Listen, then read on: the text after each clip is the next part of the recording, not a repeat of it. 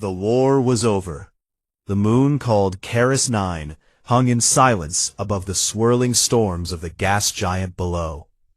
Once it had been a strong fortress for the galactic Concord. Now its surface was covered in craters, broken ships, and the frozen bodies of soldiers from a dozen species. The air was gone in most places. Only a few bunkers still held thin atmosphere. Inside one of those bunkers, a single human sat chained to a metal chair. His name was Elias Crow.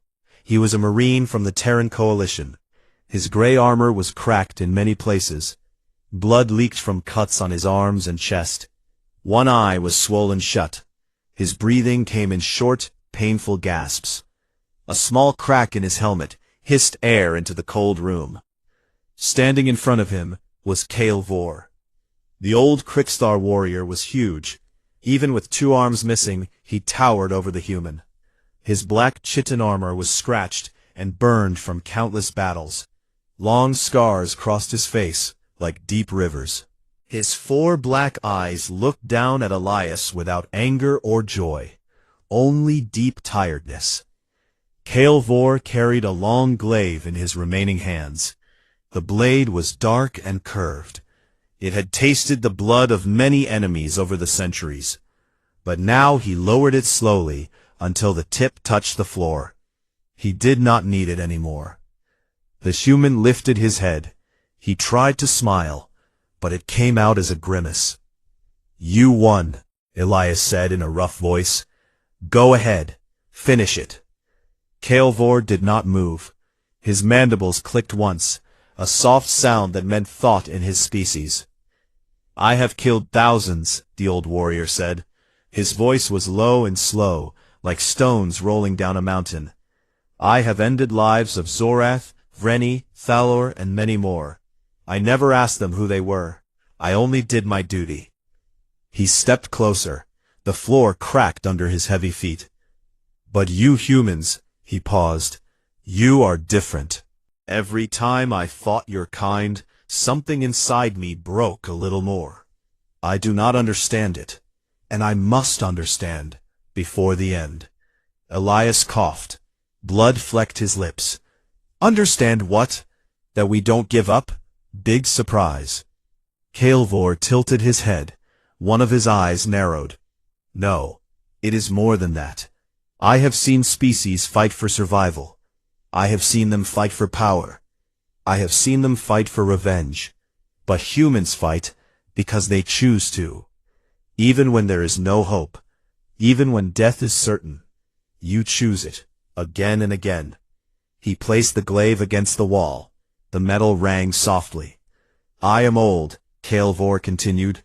"My body fails. My wounds from this last battle will not heal. Soon I will join my ancestors.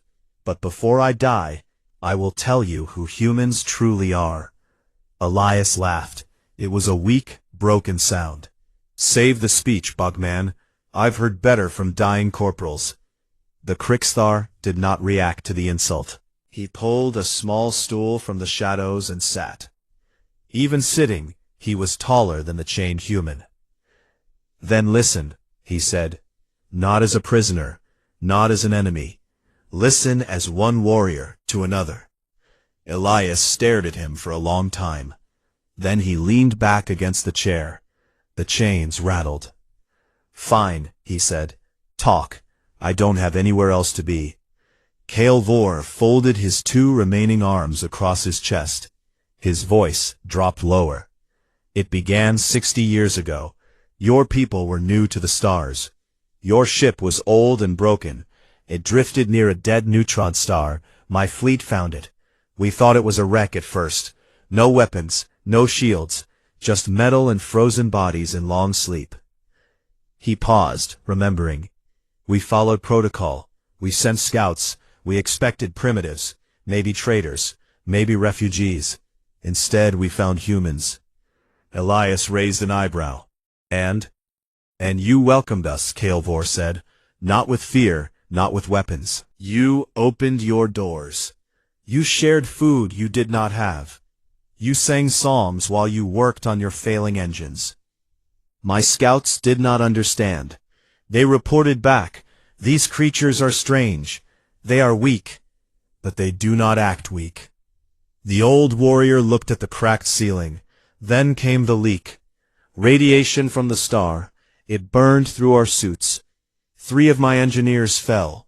They would die in hours. Your people did not run. They came forward. Without protection, without orders, they dragged our wounded to safety. One human doctor worked on a Krikstar child larva with only knives and his bare hands. He knew he would die from the radiation. He did it anyway. He smiled as the poison took him. He said one word before he fell. "Worth it." Kael'vor's mandibles moved slowly. "We left your ship with supplies and warnings. We marked your species as anomaly, non-hostile. We thought that was the end." He leaned forward. It was not. Elias watched him carefully now. The pain in his body seemed distant for a moment. "We watched you," Kael'vor said, "from far away at first, then closer. You learned, you built, you spread, fast, too fast. The Concord became afraid. They called a meeting. They said humans must be contained, limited, controlled." A low rumble came from his throat, almost a laugh. "So they attacked.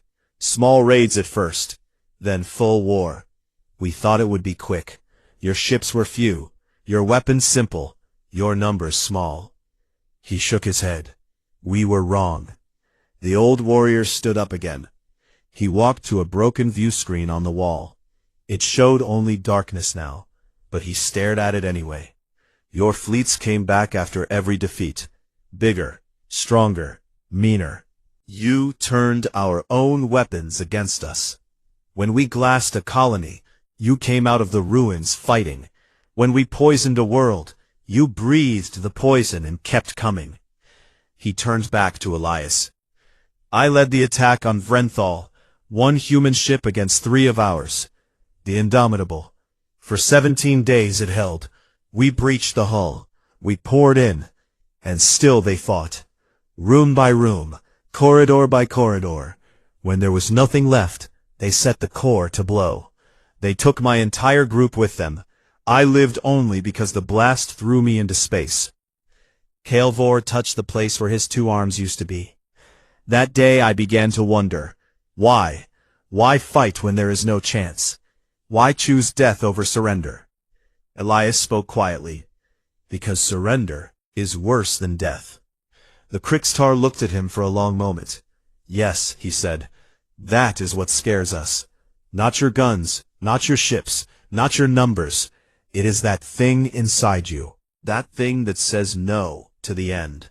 That thing that makes you dangerous, even when you are dying." He walked back and stood close to Elias. "I have seen it spread. My own warriors hesitate now. They question the old codes. They wonder if honor means dying for a cause or living for one. You did that. You changed us. You put something in our minds we cannot remove." Elias coughed again. More blood. "So what now?" he asked. "You tell me this, then kill me?" Kael'vor reached out with one large hand. He placed it on the human's shoulder. Not hard, almost gentle. "No," he said. "I will tell the rest. All of it. The battles, the horrors, the moments when even I felt something close to respect. And when I finish, if you still live, I will give you a choice." Elias looked up at the towering alien. "A choice?" Kael'vor nodded once. "To live, or to take my life with yours. You will hear the truth." He sat again. "Listen well, human. Before I die, I will tell you who humans truly are." The room was quiet except for the hiss of leaking air and the slow breathing of 2 dying warriors. Outside, the gas giant turned. Stars watched in silence. The story was just beginning. The old Krikstar warrior sat in the dim light of the bunker. His remaining hands rested on his knees. Elias Crow watched him through his one good eye. The human's breathing was still ragged, but he listened. The hiss of leaking air filled the silence between them. Kael'vor spoke again, his voice steady and low.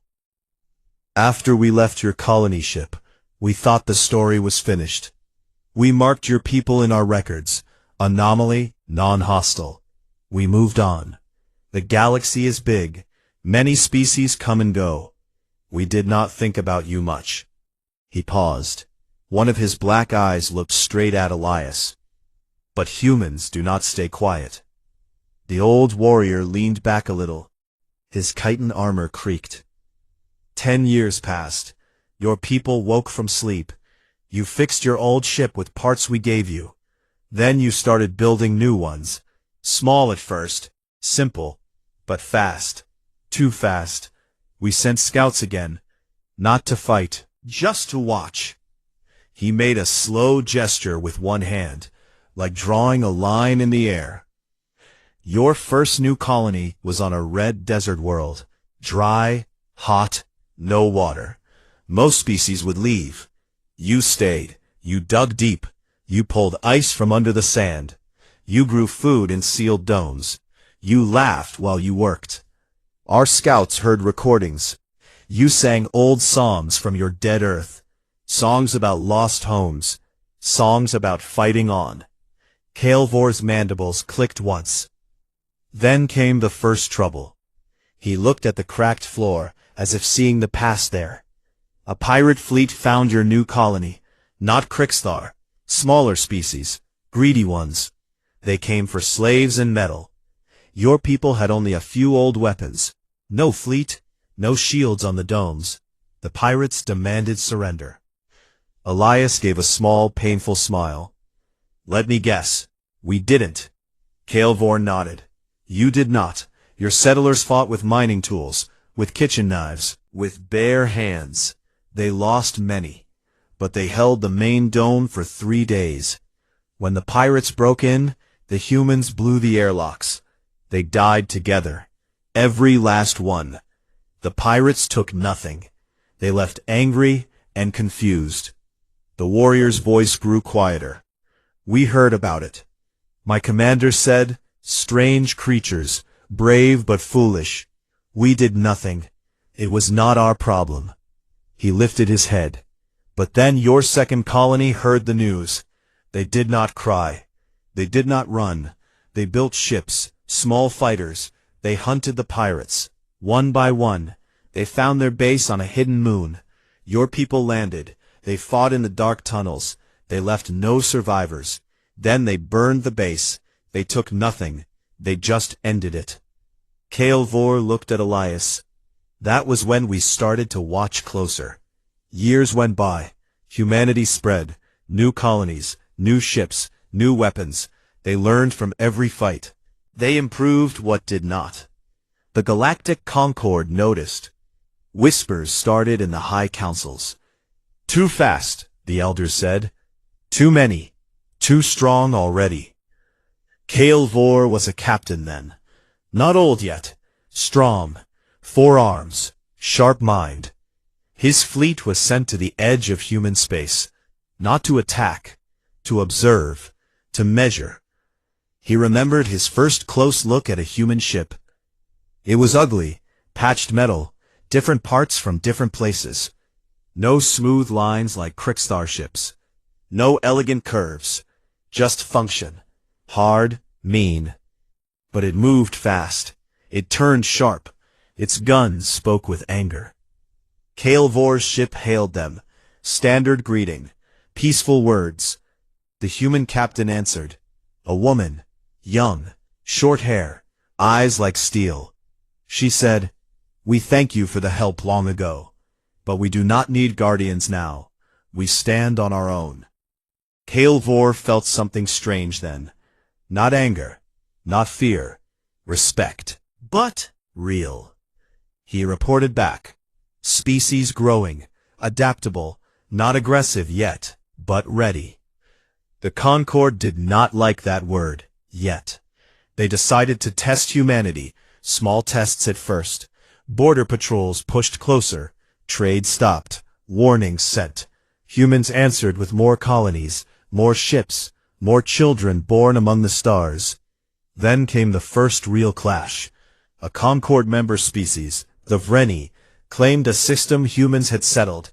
The humans had been there only 5 years. Farms, schools, families. The Vreni sent a fleet, big, powerful. They demanded the humans leave. The human governor sent one message: no. The Vreni attacked. Kael'vor was there. His dreadnought led the line. They expected quick victory. Humans had 10 small frigates, old designs, weak shields. The battle lasted 2 hours. Human ships danced. They did not fight in clean lines. They broke formation.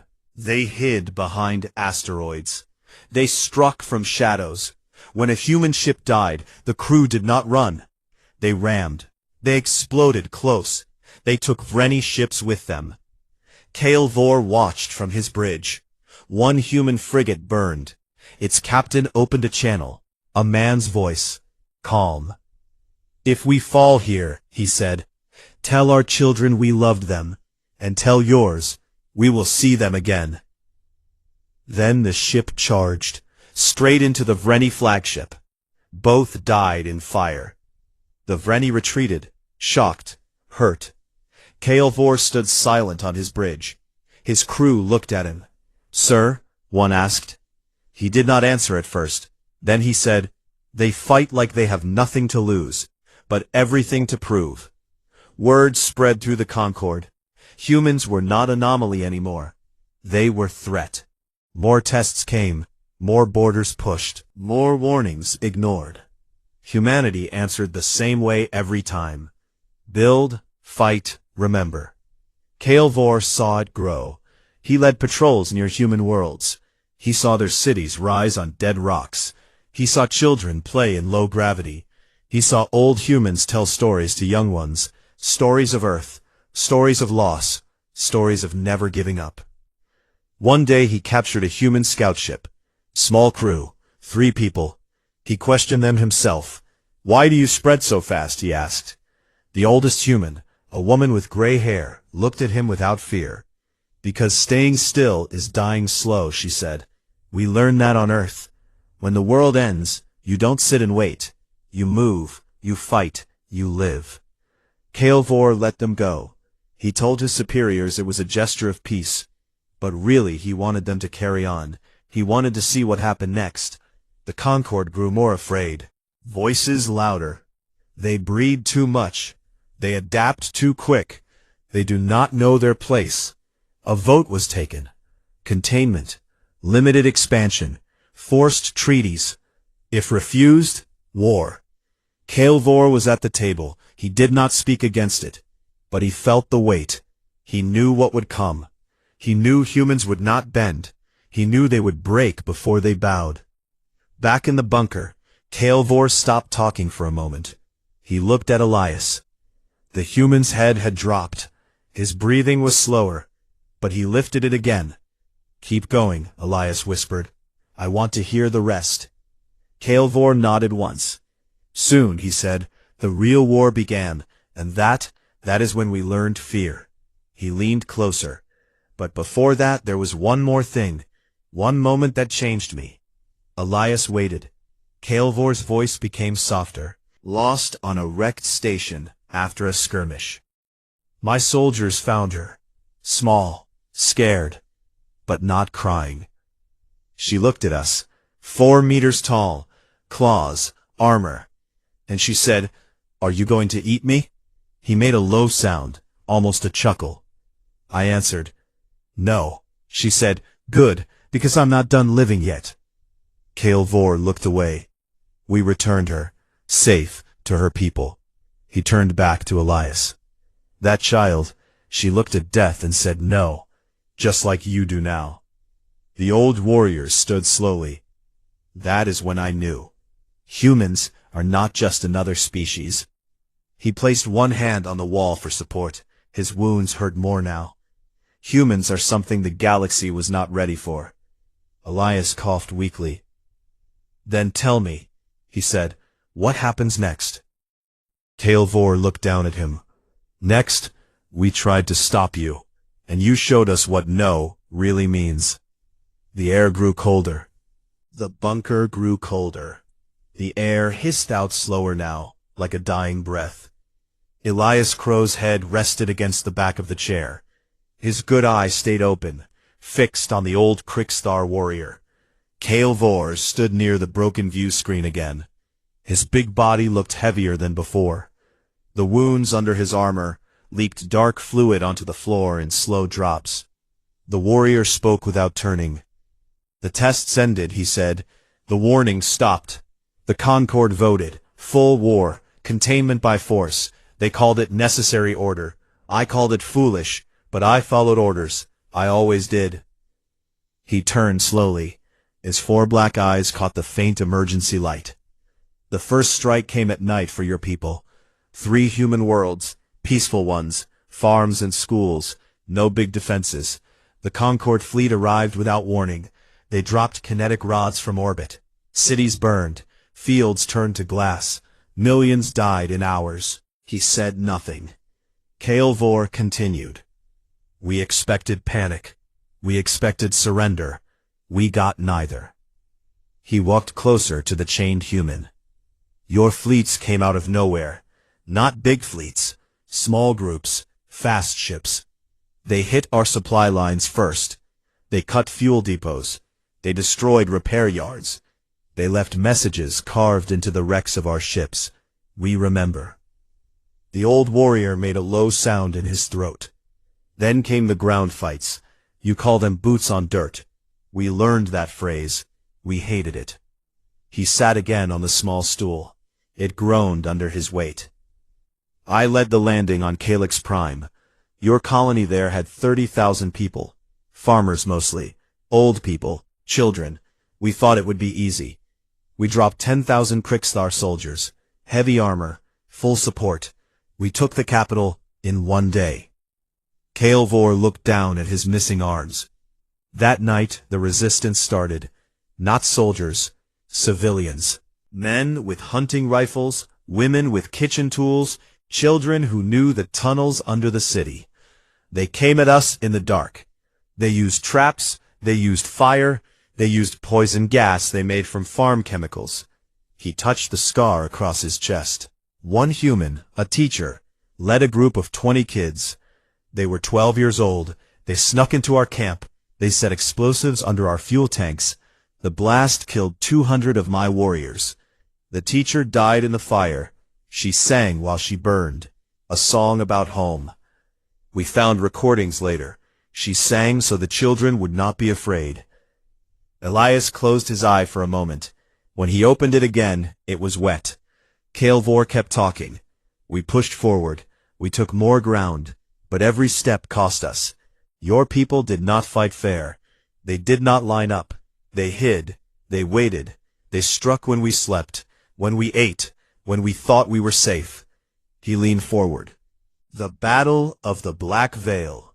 A dark nebula. No light. No sensors that worked well. Your admiral, a man named Reyes, sent one message before the fight. Kale Vor's voice dropped lower. Today we teach the galaxy what humans are made of. The old warrior paused. His fleet was smaller. 30 ships against our 90. We thought it would end quickly. It did not. He described it slowly, like he was seeing it again. Your ships moved like wolves. They darted in, they fired, they vanished into the dust clouds. When we chased, they waited on the other side. They rammed, they boarded, they fought hand to hand in zero gravity. I watched from my bridge as one of your destroyers, the Defiant, lost all engines. It drifted. We closed in to finish it. Kale Vor's mandibles moved slowly.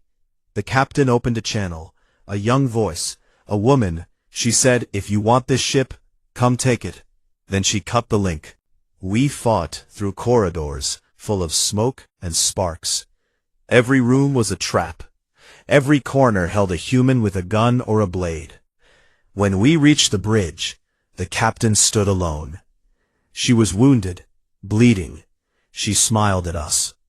She said, tell your children we were here. Then she hit the self-destruct. The ship blew apart. Half my boarding team died with her. I barely escaped. Elias spoke quietly. She was my sister. Kael'vor looked at him.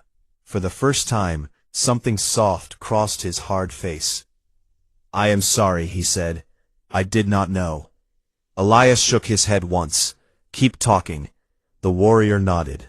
After that battle, the Concord changed tactics. They stopped trying to take worlds. They started breaking them. Bioweapons, nerve gas, orbital fire that lasted weeks, to make you run. He shook his head slowly. It did not work. Humans adapted again. They built sealed cities. They made masks from scrap. They turned poison into filters. When a world became unlivable, the survivors loaded onto ships and left. They found new places. They started again. Kael'vor stood up. He walked to the wall and pressed a cracked panel. A small screen flickered on. It showed static, but he spoke as if it showed the past. One world, Epsilon Eridani 4, we hit hardest. We dropped plague bombs, the kind that eats lungs. Within days, most were dead. We landed to claim the ruins. He turned back. We found survivors. Not many. A few hundred. They had dug into caves. They lived on stored food. They cared for the sick. They buried their dead with names written on stone. When we came, they fought. Not with guns. With spears made from rebar. With firebombs from fuel cans. An old man, your age maybe, stood at the front. He had no legs. He sat in a chair with wheels. He held a pistol in shaking hands.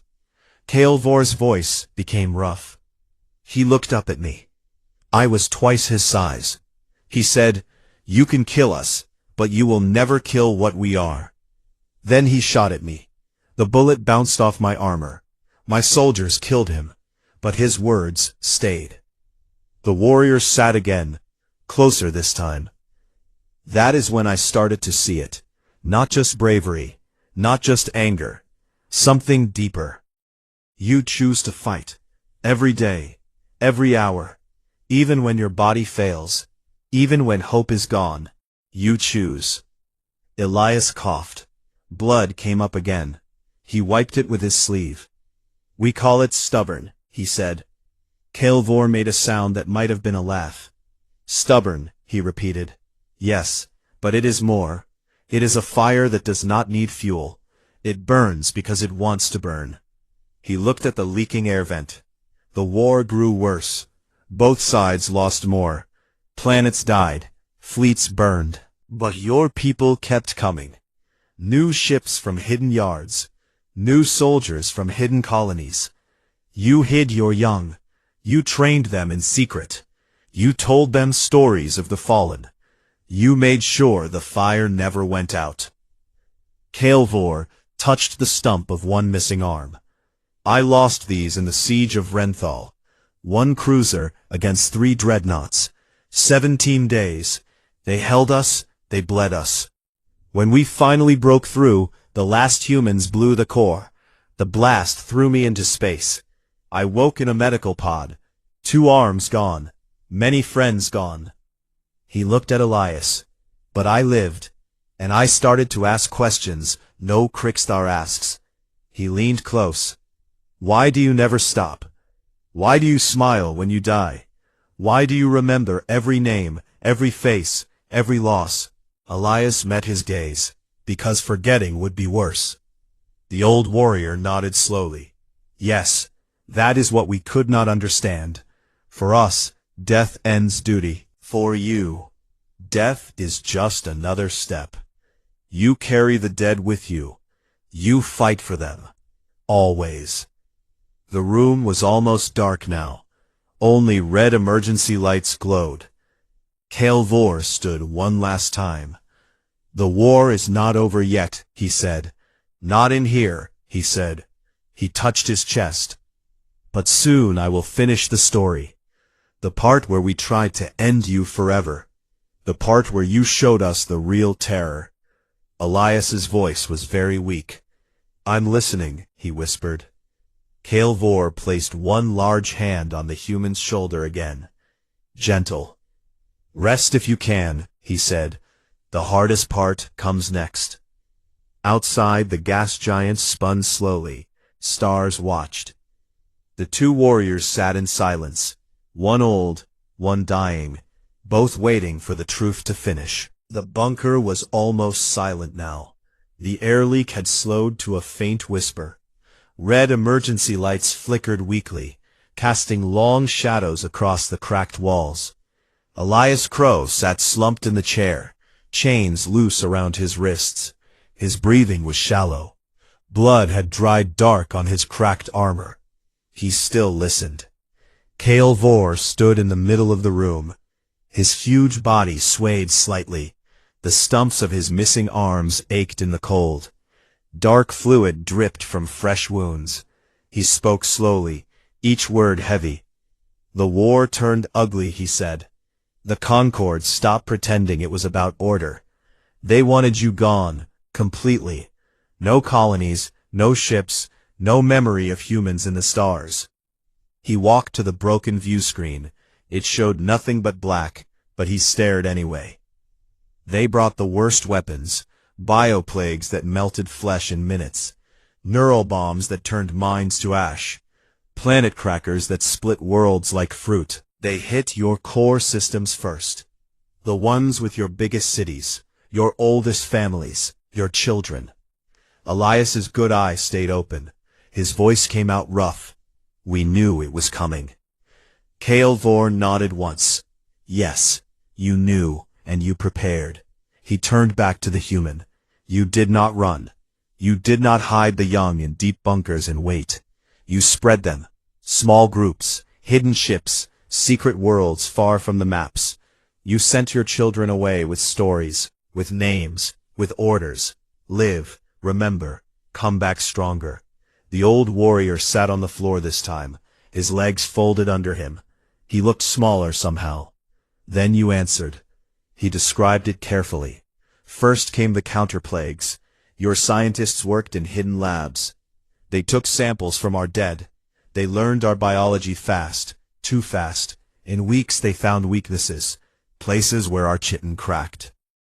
Places where our blood carried poison better than oxygen. They turned those into weapons. Kael'vor touched a scar on his neck. One plague hit our home fleets. It did not kill fast. It made us slow. Our warriors could not lift weapons. Our pilots could not see controls. We lost 3 battle groups without a fight. Your ships came after. Small, quiet. They boarded the dying ships. They took what they needed, food, tech, prisoners.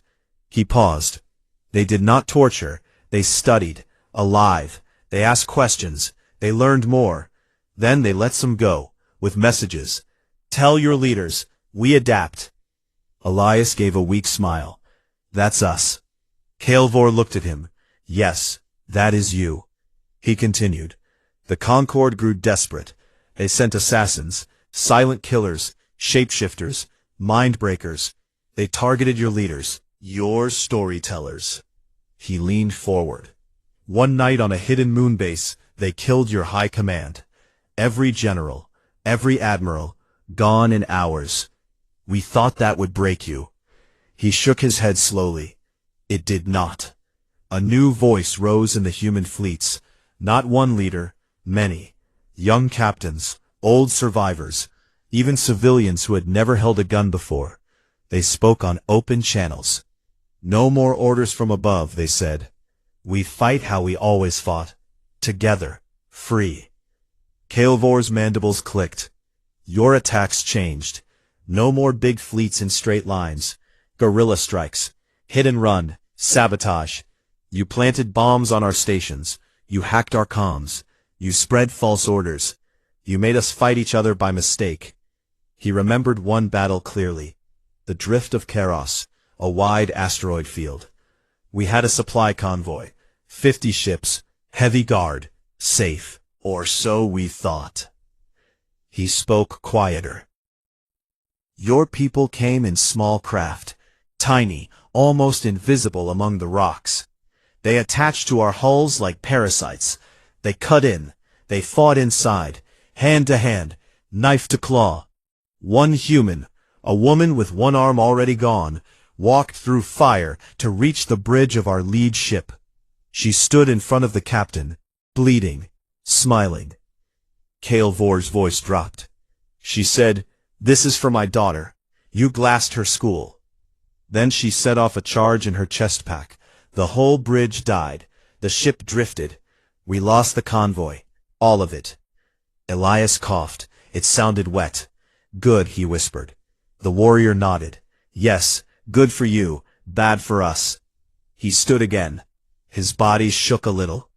That is when fear started. Real fear. Not of your weapons, not of your numbers. Fear of what you are becoming. He paced slowly. "You did not just fight. You changed us. Every battle left marks. Not on armor. In minds." My warriors started to hesitate. They asked questions. Is this honor? Is this necessary? What if they are right? Kael'vor stopped in front of Elias. "I captured a human general once, on a dying world.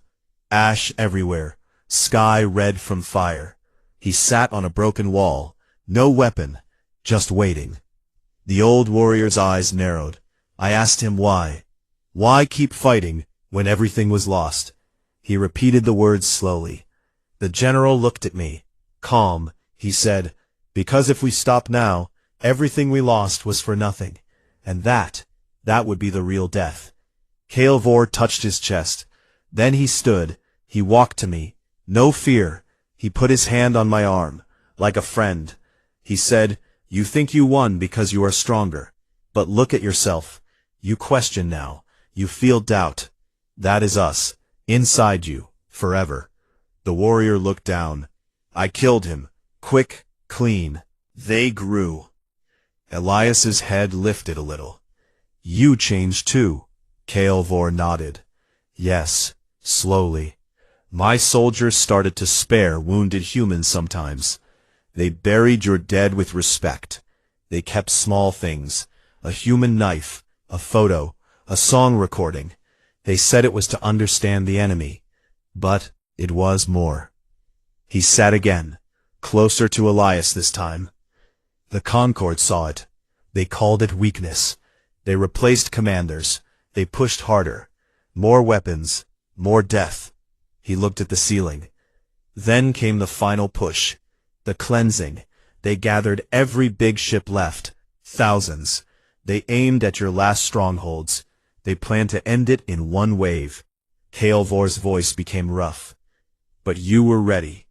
He described it. "You had built something new. Not just ships. A weapon you called Echo. It was not a gun, not a bomb. It was a signal. A broadcast on every frequency. Every channel. Every mind link we had." He leaned in. It carried voices. Human voices. Thousands. Millions. Recordings from the beginning of the war. Mothers singing to babies. Soldiers saying goodbye. Children laughing. Old people telling stories. All of it, mixed with one message. Kael'vor spoke the words like they still echoed in his head. "We are not your enemy. We are your mirror. Look. See what you could be. See what you fear to become. Choose." The warrior paused. Our fleets heard it. Every ship, every soldier. The signal went deep, into comms, into neural links. Some shut it off, most did not. They listened. He looked at Elias. That day, half our line stopped. Captains ordered retreat. Crews refused orders.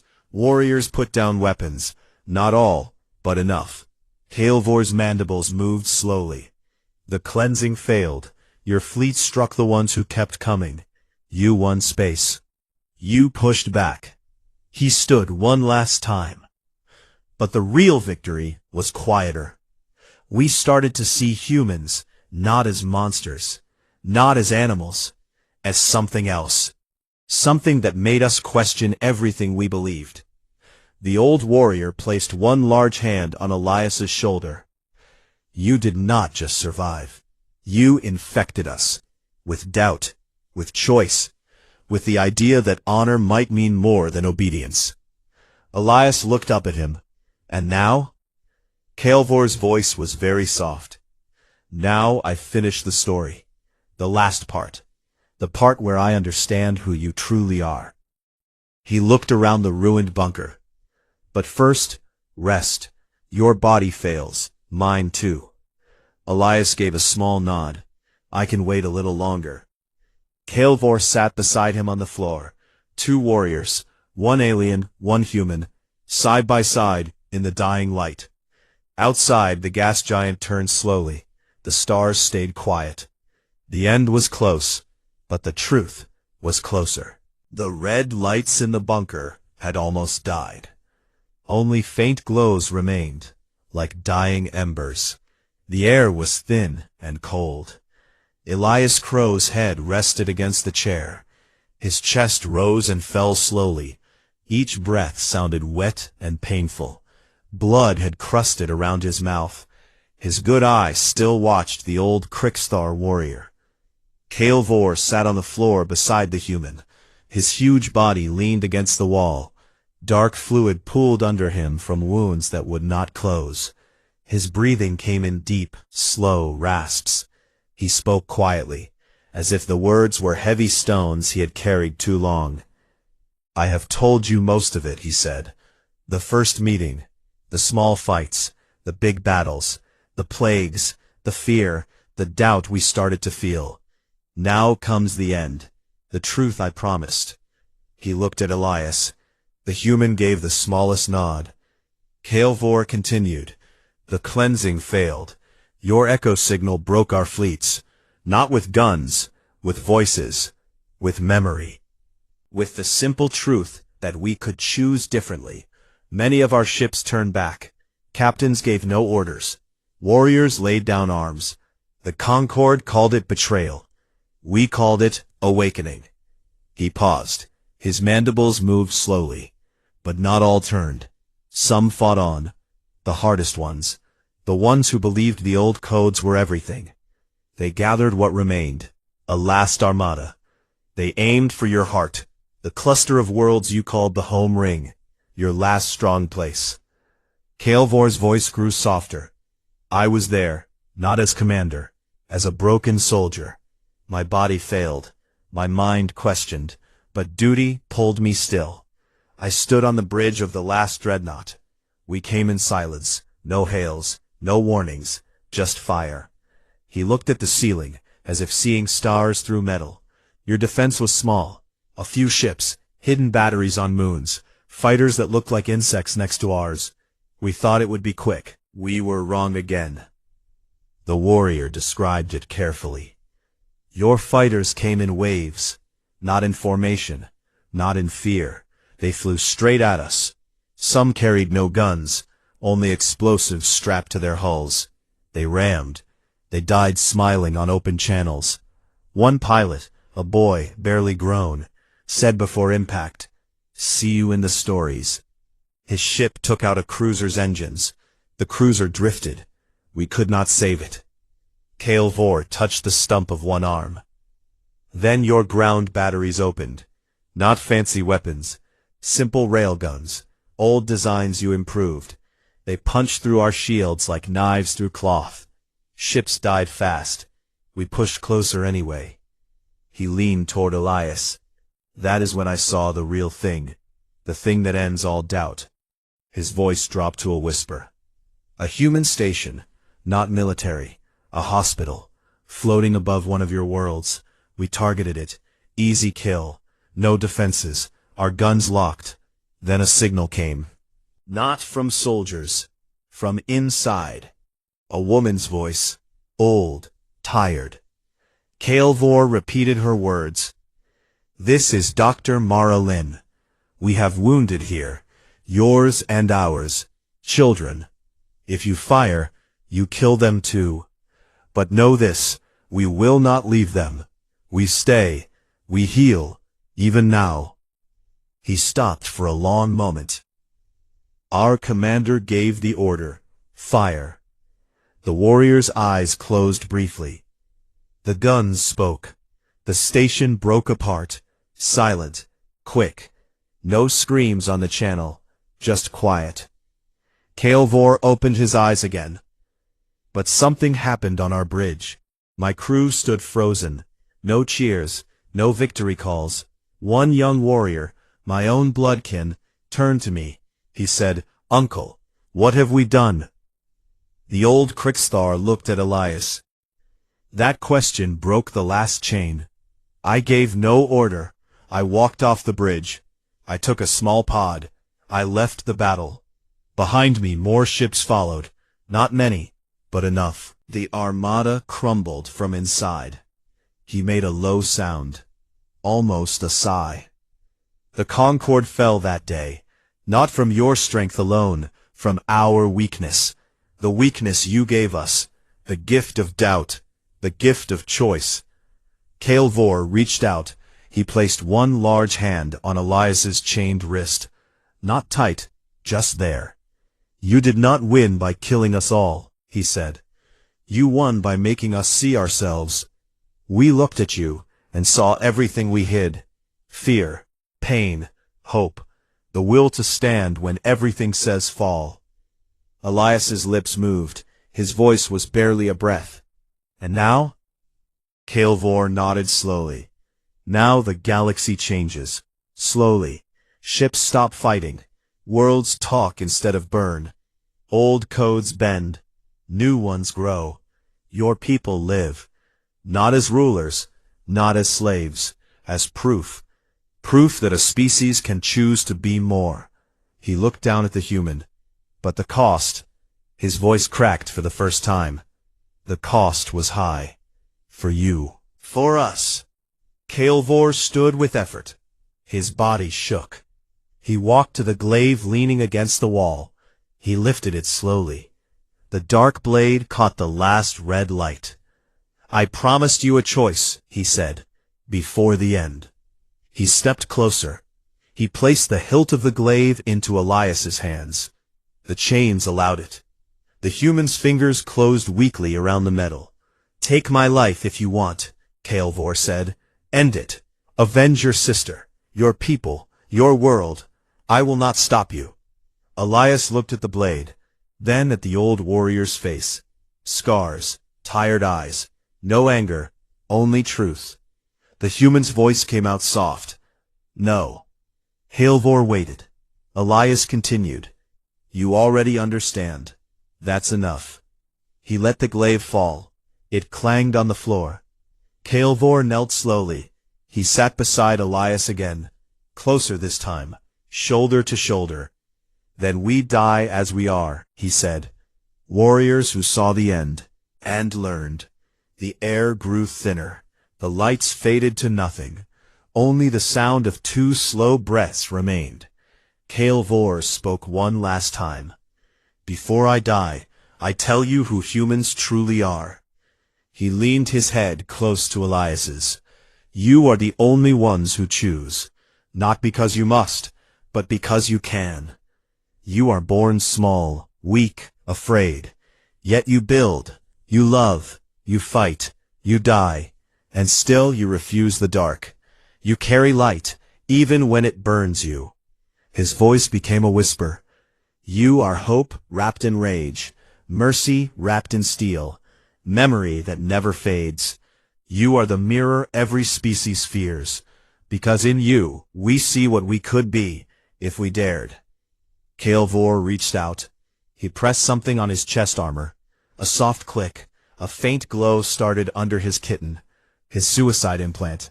Slow release, painless. I choose this, he said. Not duty, not honor, choice. Elias's hand found the warrior's. He held it, but firm. Good, Elias whispered. Then remember us. Kael'vor's mandibles moved in what might have been a smile. I will. Always. The glow brightened. The old warrior's body relaxed. His breathing stopped. Elias stayed still for a long moment. Then his own chest rose once more, and stopped. 2 warriors sat side by side in the dark. One alien, one human. No chains, No weapons, just quiet. Outside the bunker, the gas giant turned. Storms swirled. Stars burned cold and far. Somewhere in the black, new human ships rose from hidden yards. Small lights against the night. Not for revenge, for tomorrow. The war ended, but the story did not. It lived in the ones who remembered, in the ones who chose, in the ones who looked into the mirror and did not turn away.